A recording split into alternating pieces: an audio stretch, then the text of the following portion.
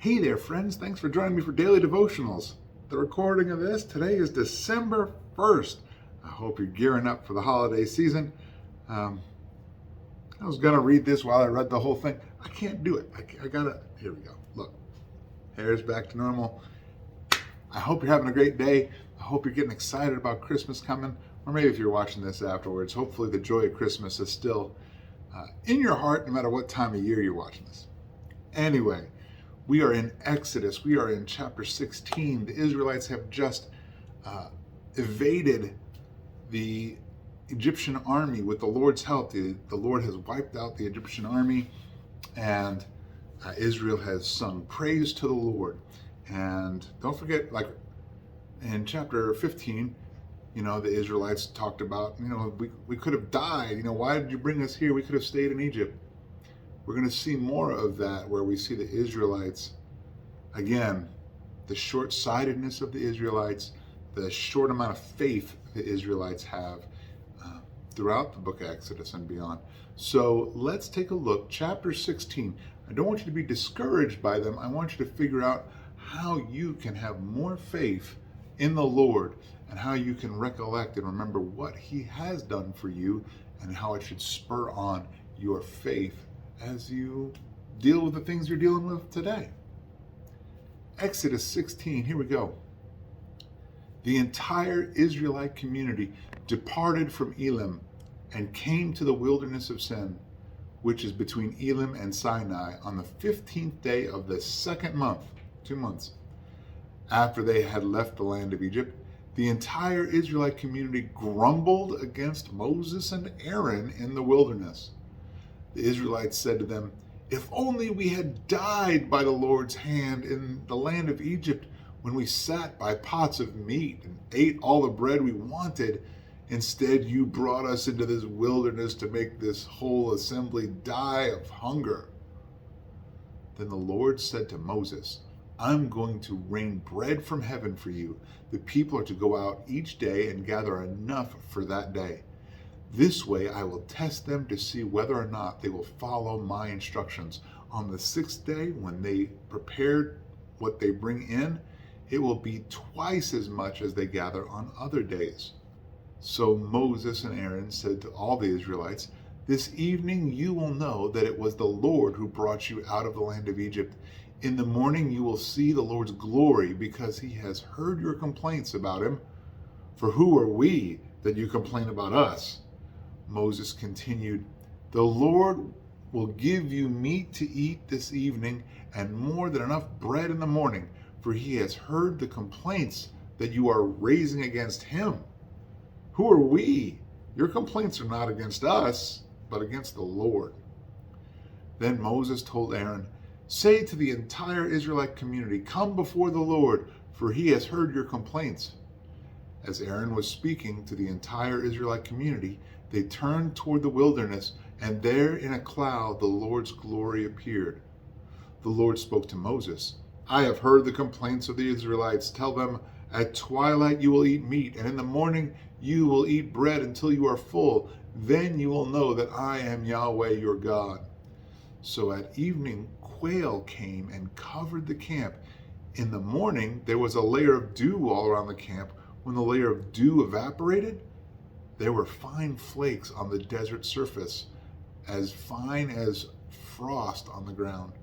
When the Israelites saw it, they asked one another, "What is this?"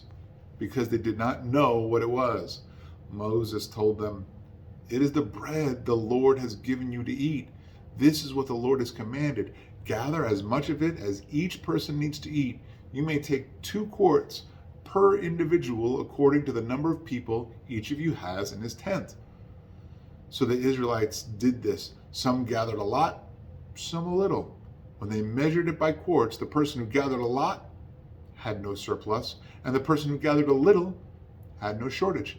Each gathered as much as he needed to eat.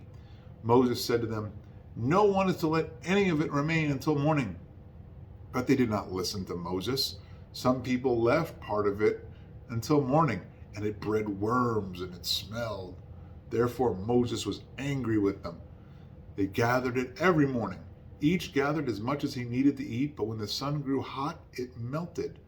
On the sixth day, they gathered twice as much food, 4 quarts apiece, and all the leaders of the community came and reported this to Moses. He told them, "This is what the Lord has said. Tomorrow is a day of complete rest, a holy Sabbath to the Lord. Bake what you want to bake and boil what you want to boil, and set aside everything left over to be kept until morning." So they set it aside until morning as Moses commanded, and it didn't smell or have any maggots in it. "Eat it today," Moses said, "because today is the Sabbath to the Lord. Today you won't find any in the field.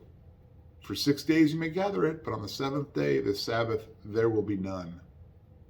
Yet on the seventh day, some of the people went out to gather, but they did not find any.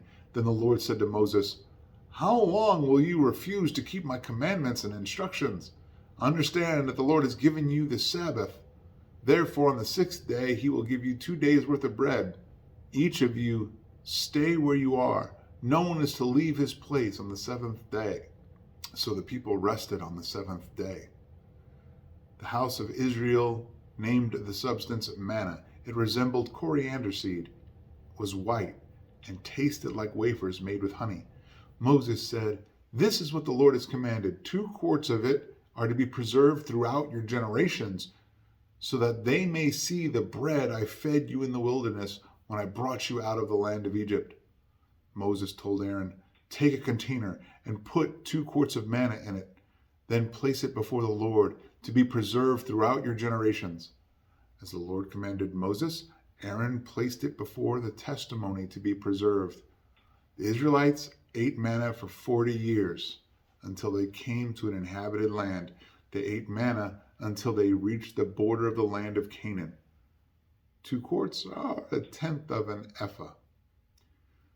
Just those last couple of verses there, telling us what's going to happen in the future. Okay, so we haven't advanced 40 years as we turn to chapter 17. Chapter 17, verse 1 says, "The entire Israelite community left the wilderness of Sin, moving from one place to the next according to the Lord's command. They camped at Rephidim, but there was no water for the people to drink. So the people complained to Moses, 'Give us water to drink.' 'Why are you complaining to me?' Moses replied to them. 'Why are you testing the Lord?' But the people thirsted there for water and grumbled against Moses. They said, 'Why did you ever bring us out of Egypt to kill us and our children and our livestock with thirst?'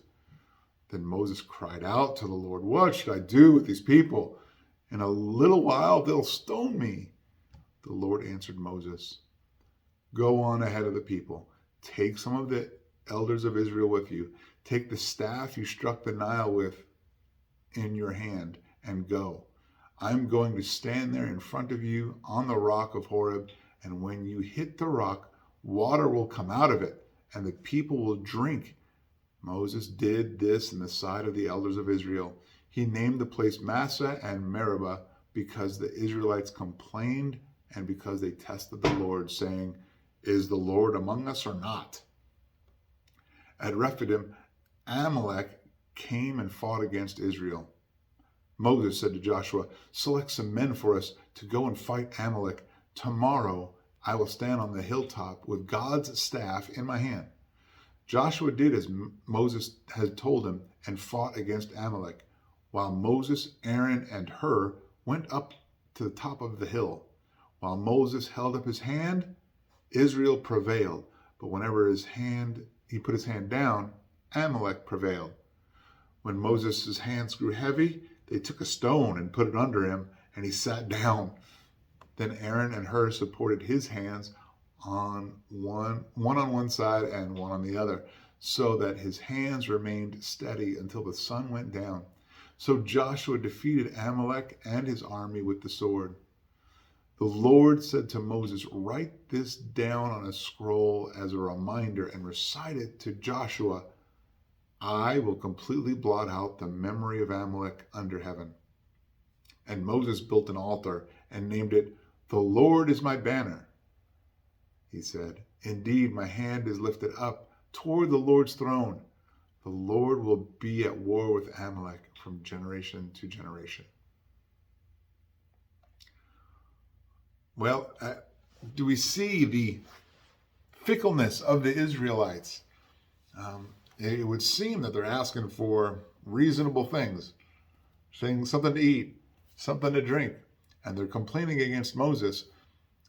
And Moses and Aaron straight up tell them, look, you're not complaining to us, you're complaining to the Lord, right? Even though your complaint is aimed at us, your heart is really aimed at the Lord. And so the Lord provides for them. He's testing them out. Will they listen to his instruction?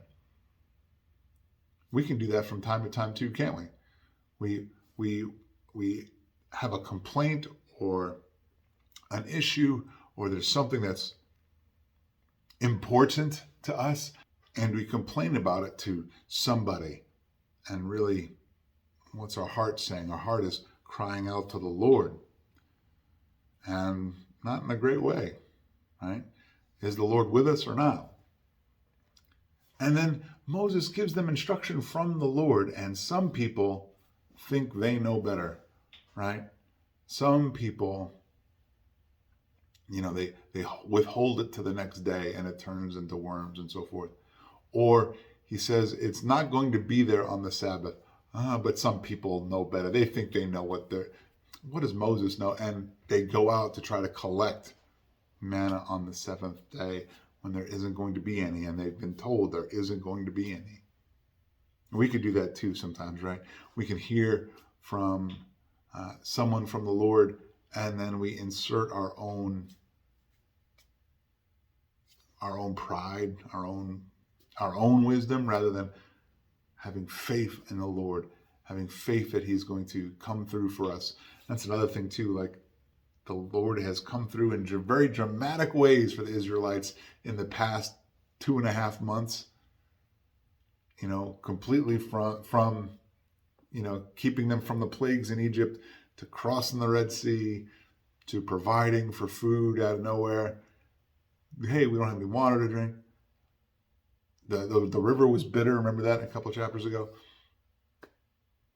We can do that too, right? We can forget. It's easier to point out current trouble. It's easier to remember past pain. It's difficult for us to remember how the Lord has come through for you and I. We need to actively remember, write it down, journal it, put it on a sheet of paper somewhere. Make a simple little video about it so you can remind yourself, talk back to yourself. Hey, don't forget how the Lord came through for us. And I hope that will be how you approach the Christmas season. Be blessed. Remember how the Lord has blessed you, and then go be a blessing to those around you. I'll see you tomorrow as we continue in Exodus.